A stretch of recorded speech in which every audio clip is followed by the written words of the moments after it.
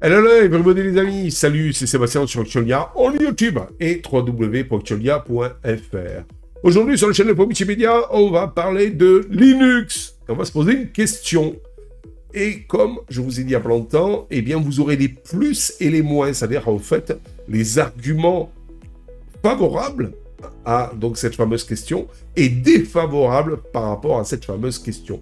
Comme ça, au moins, vous aurez un petit peu les plus, les moins et tout. Et à vous, à la fin, alors pourquoi faire ça? Pourquoi pas dire, ben Seb, tu donnes ton avis et tout? Pourquoi faire ça? Parce que comme ça, à la fin, entre les arguments favorables et défavorables à la question dont on va se poser, eh bien, au moins, vous aurez tous les arguments et vous pourrez, vous faire vraiment, en fonction de ce qui va être dit, eh bien, votre avis personnel. Et c'est ce qui compte. Votre avis personnel, voilà, tout simplement. Après, il se peut que sur certaines choses, je donne mon avis un petit peu plus catégorique, mais je vais essayer, malgré tout, quand je parlerai comme ça de certains sujets, surtout de Linux, de donner les plus et les moins, c'est-à-dire les avis favorables et défavorables, suivant donc la question. Et la question, justement, Theb, eh bien, la question qu'on se pose aujourd'hui, c'est Linux a-t-il atteint son plafond de verre? Mais donc, en fait, si vous voulez, je regardais un petit peu sur divers forums et tout ça, etc. Et j'ai vu ce que disaient les gens et tout ça, etc. Je vous en fais un petit condensé comme ça. Alors, Linux, faut dire ce qui est le système d'exploitation libre et open source le plus populaire au monde. Il alimente tout, il est partout, depuis les smartphones, les tablettes, jusqu'aux serveurs, supercalculateurs, les ordinateurs, vos box, vos systèmes embarqués dans certaines voitures. Linux est partout. Et pourtant, cependant, certains experts se demandent si Linux a atteint son plafond de verre. Alors, moi, ce que je vous propose, c'est d'abord les arguments en faveur de l'idée que oui, Linux a atteint son plafond de verre. La fragmentation. L'un des plus gros problèmes, à mon avis, sur Linux est sa fragmentation. Il existe de nombreuses distributions Linux, différentes, chacune avec ses propres forces, ses propres faiblesses. Cela peut rendre difficile, donc, le choix de la bonne distribution pour une tâche particulière et peut également rendre difficile le développement de logiciels compatibles avec toutes les distributions. Alors, il est vrai que Linux a fait quand même un petit effort avec les paquets universels. Vous avez les Snap, vous avez les Flatpak et vous avez les AppImage. C'est les trois standards principaux de paquets universels sur Linux qui vous permettent plus ou moins de les installer sur n'importe quelle distribution. Mais tout n'est pas disponible dans ces trois formats, trois standards de paquets universels, bien entendu. En plus, regardez, vous avez par exemple Debian avec les points deb, vous avez après les RPM, mais si vous prenez un point deb de chez Monsieur Debian, à part quelques petits problèmes de dépendance, voilà, je vais y arriver, excusez-moi, mais j'ai la tête en vrac avec toutes les allergies du printemps. Alors, à part avec les problèmes de dépendance donc de certains deb, vous pouvez plus ou moins prendre un deb de Debian, le basculer sur Ubuntu, sur Linux Mint, sur Zorin OS, et tous ces dérivés en point deb. Voilà. Mais, par contre, chez Monsieur RPM, Fedora utilise les paquets RPM. OpenSUSE utilise les paquets RPM, Mandriva ou je ne sais plus, Magia utilise les paquets RPM, mais ils ne sont pas compatibles entre eux, avec des problèmes de structure. Chacun a voulu faire sa structure et tout ça. Et voilà, vous voyez, on s'éparpille un peu trop chez Monsieur Linux, et à la limite, ça en devient presque du n'importe quoi. Complexité. Linux peut être un système d'exploitation complexe à apprendre et à utiliser. Cela peut le rendre inaccessible aux utilisateurs non techniques. Et c'est vrai. Si, par exemple, vous avez une voiture, vous arrivez, vous rentrez dans la voiture, vous appuyez sur le bouton ou sur la clé, ça dépend si vous avez une clé ou un bouton, et puis voilà, moi c'est ce que je fais. J'arrive, je rentre dans ma voiture, j'appuie sur le bouton, elle démarre, et boum, je démarre. On me demande pas de la régler sur la température extérieure et tout avant de la démarrer la première fois le matin, et les ci, de vérifier là et tout, etc. Eh bien, sur Linux, c'est un peu ça. Je dirais que on vous demande des fois de faire telle manie, telle ci et tout ça, etc. Comme si vous étiez un expert en informatique. Monsieur, madame, tout le monde, eh bien, si vous voulez, n'auront pas cet automatisme, n'auront pas envie de faire ça. Eux, c'est un outil qu'ils veulent utiliser. Donc, ça peut être une restriction vis-à-vis de l'utilisation de Linux. Après, la complexité aussi, parce que moi, la dernière fois, je ne sais plus quel logiciel donc, en fait, j'utilisais, et il est vrai que la version Windows, je double-cliquais dessus, un fichier, tout s'installer, tout nickel. La version Linux, c'était une catastrophe, suivant les distributions, il fallait faire ci, sur d'autres, il fallait faire ça. Là, après, attention, vérifier que ça a bien installé, attention, vérifier que si, vérifier un point conf, qu'il y a bien ça dedans et tout. C'est une horreur. C'est là où, en fait, si vous voulez, ne prenez pas, si vous voulez que Linux sur le desktop, donc, s'éclate, ne prenez pas les gens pour des techs, pour des techos. Prenez-les plutôt pour monsieur Hollande tout le monde. Et ça vous permettra même de faire des logiciels de plus en plus convivial, beaux, ce que demandent la plupart des gens. Des beaux logiciels conviviaux, faciles d'utilisation, et ce sera le top. Il manque ça aussi sur Linux. Manque de fonctionnalités. Certains critiques affirment même que Linux manque de certaines fonctionnalités clés présentes dans d'autres systèmes d'exploitation tels que Windows ou macOS. Alors, oui et non. Comme je vous ai dit, si vous utilisez KDE ou GNOME, qui sont les deux principaux DE, voyez par l'environnement de bureau sur Linux, normalement, vous devriez avoir toutes les fonctionnalités qu'on peut et qu'on aimerait avoir sur un OS. Mais le problème, c'est le suivant. À l'époque, par exemple, je vais vous donner un exemple. À l'époque, il y avait les assistants vocaux. Windows avait son assistant vocal. macOS avait et a toujours son assistant vocal qui est voilà, Windows c'était Cortana. Linux, comment il s'appelle? macOS c'était Siri. Linux, rien du tout. Il y en avait un, mais il fallait faire tellement de manip, il n'était pas intégré, il n'y avait rien de clé en main pour l'installer, au moins sur une distribution, vous voyez, mais il y en a tellement que c'était le bordel, donc pour l'installer. Donc déjà, Linux a perdu le coche de ce côté-là.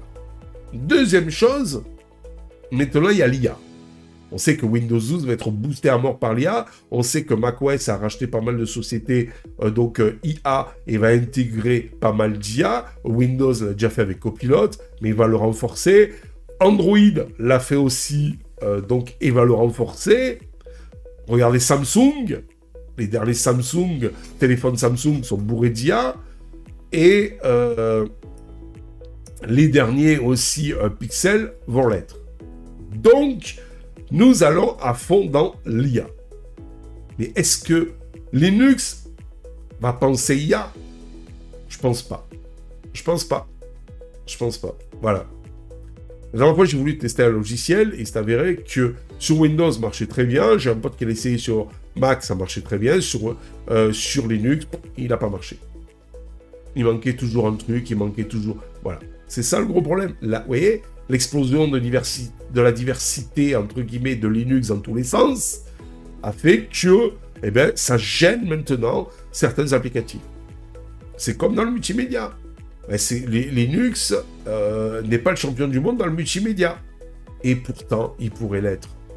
Si il était un peu plus ouvert aux développeurs indépendants, même payants, et alors, qu'est-ce que ça fait qu'un logiciel soit payant sur Linux? Ceux qui ne veulent pas payer, ils utilisent le logiciel gratuit. Ceux qui veulent bien payer pour avoir des trucs un peu plus qualitatifs, un peu plus ci, un peu plus là, ils payent, c'est tout. Je vois pas où est le problème. Mais c'est cet anticapitaliste primaire, souvent chez Linux, qui casse tout.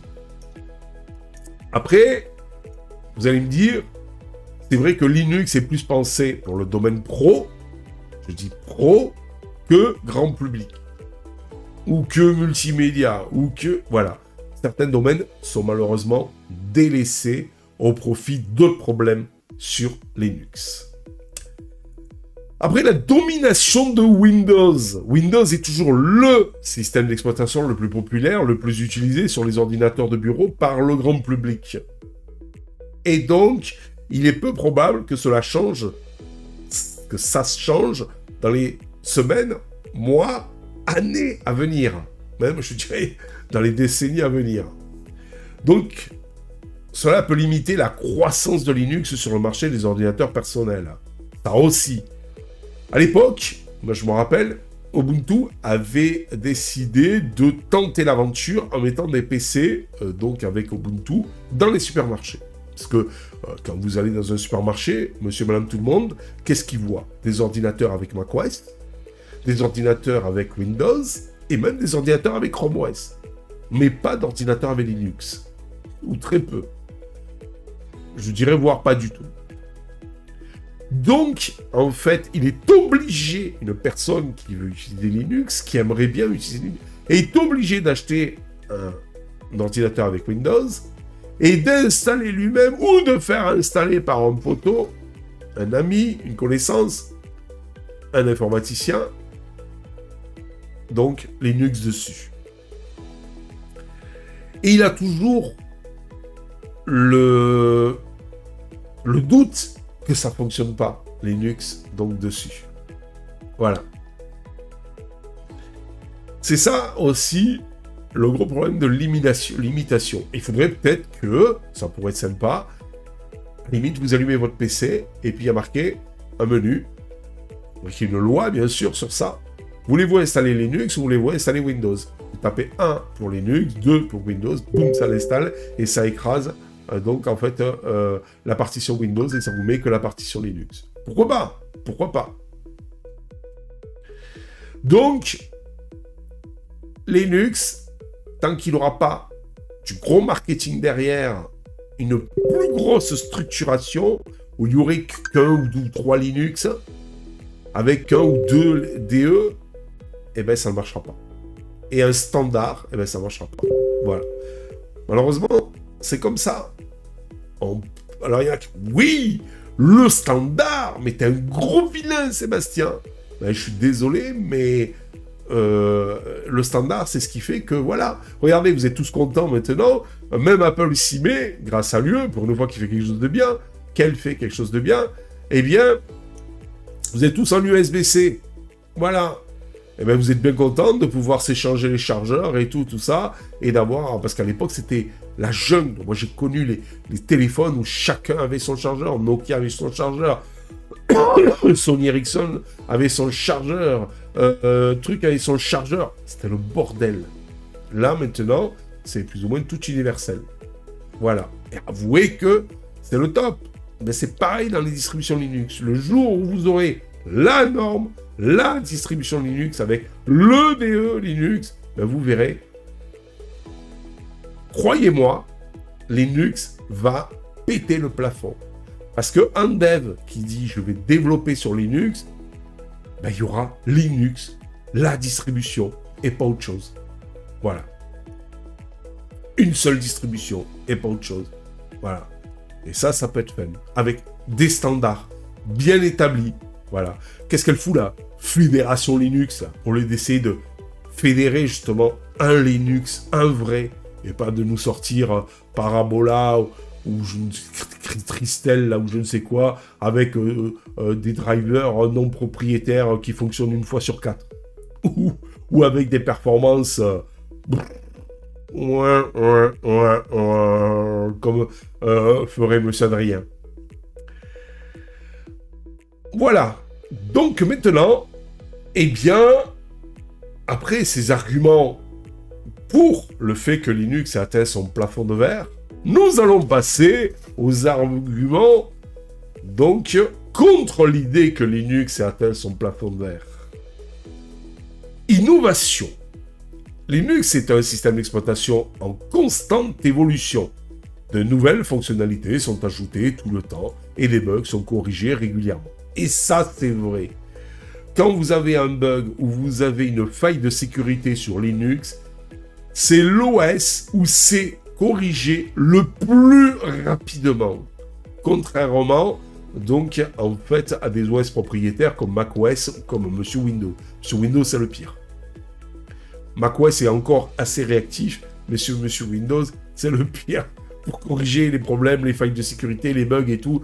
La dernière fois, je lisais un truc, là, sur un flux d'actualité, où, enfin, Microsoft a corrigé un bug d'il y a 10 ans. D'il y a 10 ans, les gars. Sur Linux, ça serait déjà corrigé, je pense, depuis un moment. Voilà.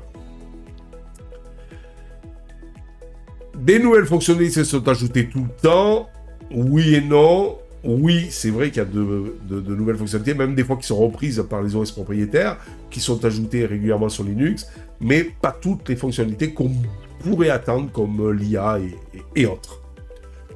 Communauté. Linux dispose d'une grande et active communauté de développeurs et d'utilisateurs. Cela aide à garantir que le système d'exploitation donc continue de s'améliorer. Alors ça, c'est vrai, mais je suis mitigé sur le pourquoi du comment de la chose. Je vous explique. C'est vrai qu'il y a une communauté super sympa.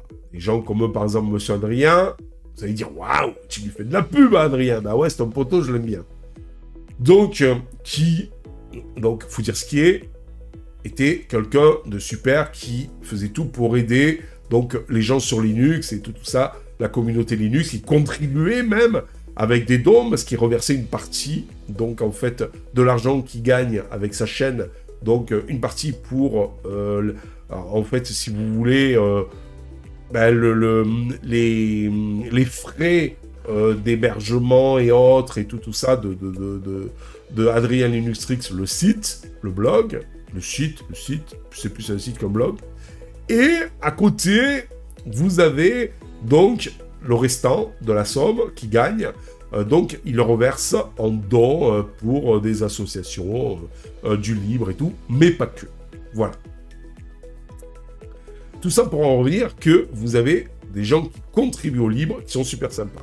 Et vous avez d'autres personnes, soit certaines personnes où la notoriété leur a monté un petit peu dans le cabochon et ils se la pètent, et ils écrasent certaines autres personnes.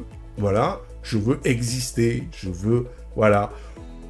Certaines personnes dans les forums qui se la jouent élitiste, et malheureusement, c'est un peu notre société actuelle, celui qui se la pètera le plus, mais c'est pas l'esprit Linux. Si tu veux faire de l'élitisme, t'as qu'à aller sur macOS, mec. Voilà. T'as qu'à t'acheter un Mac et dire, voilà, je me suis acheté un Mac à 4000 ou 5000 ou 10 000 boules, et je go down. Je me rappellerai toujours, à l'époque, j'avais mon Mac mini, qui était, faut dire ce qui est, l'un des premiers prix de la gamme Mac. Et à un moment donné, j'étais allé sur un forum Mac, et puis j'avais un petit problème, donc j'ai dit, tiens, je vais aller demander. Puis le mec me dit, t'as quoi comme Mac? Je dis, j'ai un Mac mini. Le mec m'a dit, va t'acheter un Mac à 2000 boules, et puis tu reviens me voir. Voilà. J'aurais eu le même problème avec un Mac à 2000 boules. J'aurais pu le corriger pareil, parce qu'après, il y en a un autre qui m'avait donné la solution, et qui m'a pas dit, va t'acheter un Mac digne de ce nom, vous voyez, et que j'aurais eu ce fameux Mac à 2000 boules, ou que j'avais le Mac mini, j'ai pris la solution de la deuxième personne qui m'a répondu, et ça a marché. Je vois pas le but d'avoir un Mac à 2000 boules, si un Mac mini à 1000 boules, ça me suffit. Voilà. Vous voyez? Si vous voulez faire de l'élitisme, n'allez pas sur Linux, les gars. N'allez pas vous la péter. Moi, je suis un bon dieu. Je suis un dieu de l'informatique et tout. Allez sur Mac. Et puis, ne vous prenez pas la tête. Attention, je n'ai pas dit que tous les utilisateurs de Mac étaient des je me la pète. Loin de là. Voilà. Mais les utilisateurs de Mac qui font vraiment du boulot avec, qui travaillent et qui aiment ce système et tout, vous les entendez pas trop. Voilà. C'est plutôt les rigolos, là, qui se la pètent. À celui qui a la plus grosse. Bref, revenons à nos moutons. Donc, Linux, il est vrai qu'il a quand même une certaine communauté qui est adorable. Une autre qui est con, mais bon, il y a de tout dans la vie, et il y en a une qui est vraiment adorable et géniale. Voilà. Donc, il y a encore ce bon esprit. J'espère que ça va durer, surtout dans notre société actuelle, où c'est mal barré. La flexibilité. Linux est un système d'exploitation très flexible. Il peut être personnalisé. pour répondre aux besoins spécifiques de chaque utilisateur. Je dirais même plus, parce que dans personnalisation, il y a personnaliser Linux par rapport à ses besoins, en le façonnant, l'améliorant, l'optimisant, par exemple dans le domaine du multimédia, ou dans le domaine du réseau, et mettre tous les outils qu'il faut et tout ça, etc. Et il y a la personnalisation, c'est de le faire ressembler à tout ce que vous voulez. Moi, je me rappellerai toujours à l'époque, sur mon ancienne chaîne, que je me suis fait pirater, eh bien, si vous voulez, Linux, c'était... tout le monde me disait, ça y est, Seb, il va encore nous pondre des vidéos sur la personnalisation, les thèmes et tout ça. Certains Linuxiens un peu réfractaires à tout ça n'en pouvaient plus de mes vidéos sur la personnalisation avec des thèmes macOS, des thèmes Windows, des thèmes ci, des thèmes là, des super icônes de l'au-delà et tout ça. Bon, sur ça, je me suis un petit peu calmé. Voilà. Mais à l'époque, je me rappelle, j'étais un fou de le faire ressembler le plus proche que je pouvais à macOS. Et toutes ces vidéos, malheureusement, eh bien, sont perdues dans la nature. Merci, donc, les pirates qui avaient piraté mon ancienne chaîne YouTube. Et donc, si vous voulez, même certains disaient Linux en voyant ces vidéos. Donc, je chiadais tellement les trucs, ça s'approchait tellement de macOS qu'on aurait dit presque du Mac, sur un look, pas en fonctionnalité et en compatibilité logicielle, que certains disaient Linux, le Mac du pauvre. En fait, c'était le bon vieux temps, voilà. Nostalgie, quand tu nous tiens, mais je préférais cette époque-là que l'époque de maintenant. Mais bon, faut s'adapter. Donc, tout ça pour dire qu'on peut le personnaliser à outrance, de moins en moins pour certains DE, ou de plus en plus compliqué pour certains DE, comme Monsieur Glom, Monsieur KDE, vous pouvez encore y aller, c'est le Club Med, c'est OpenBar, pour la personnalisation de thèmes. Je vous en ai parlé dans la vidéo KDE vs GNOME. Donc, Linux est généralement considéré en côté sécurité maintenant. Linux est généralement considéré, côté sécurité, comme plus sûr que Windows et macOS. Cela est dû en partie au fait qu'il est open source, ce qui signifie que le code peut être examiné par n'importe qui. Mais attention, les modifications devront être validées par la team de Monsieur Torvald, Linus Torvald. Mais malgré tout, ou la team des différents DE, environnements de bureau ou autres, ou logiciels et tout ça, si c'est LibreOffice, si c'est GIMP et tout ça, etc. Mais malgré tout le monde peut examiner le code. Et tout le monde peut déceler des problèmes, décider là, et les renvoyer aux divers teams. Que chez Monsieur Windows ou macOS, c'est souvent les utilisateurs qui pestent un peu en disant ça marche pas, il y a des problèmes, ça c'est nul, ça truc, ça plante, et là, ils commencent à réagir et commencent à se dire peut-être qu'il faudrait un correctif. Et donc, si vous voulez, c'est ça le problème, quoi. C'est un peu comme à l'époque chez Monsieur IBM, quand un petit employé avait une idée, il devait le dire à son chef. Son chef devait estimer que cette idée était cohérente pour le mettre à son autre chef. Son autre chef devait le donner encore à son autre chef, son autre chef encore à son autre chef, qui son autre chef devait le donner au sous-chef principal, et le sous-chef principal, donc en fait, après, l'exposait au grand chef. Vous voyez? Mais entre-temps, si l'idée se perdait, eh bien, c'était fini. Voilà. Mais c'est un peu ça, la différence entre Linux, très réactif, et macOS et Windows, beaucoup moins. Le coût. Alors là, permettez-moi d'être mitigé sur le pourquoi du comment de la chose. On dit souvent que Linux est gratuit à utiliser et à distribuer. C'est vrai.